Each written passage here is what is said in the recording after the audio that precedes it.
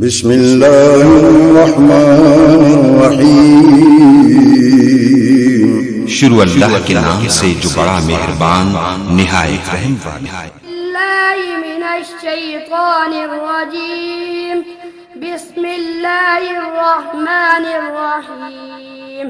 يا أيها الذين آمنوا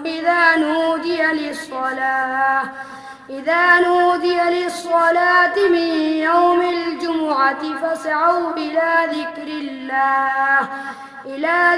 الله وذروا البيع ذلكم خير لكم إن كنتم تعلمون. فإذا قضيت الصلاة فانتشروا في الأرض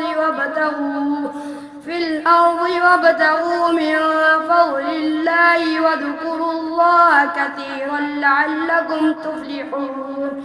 وإذا رأوا تجارة أو لهوا انفضوا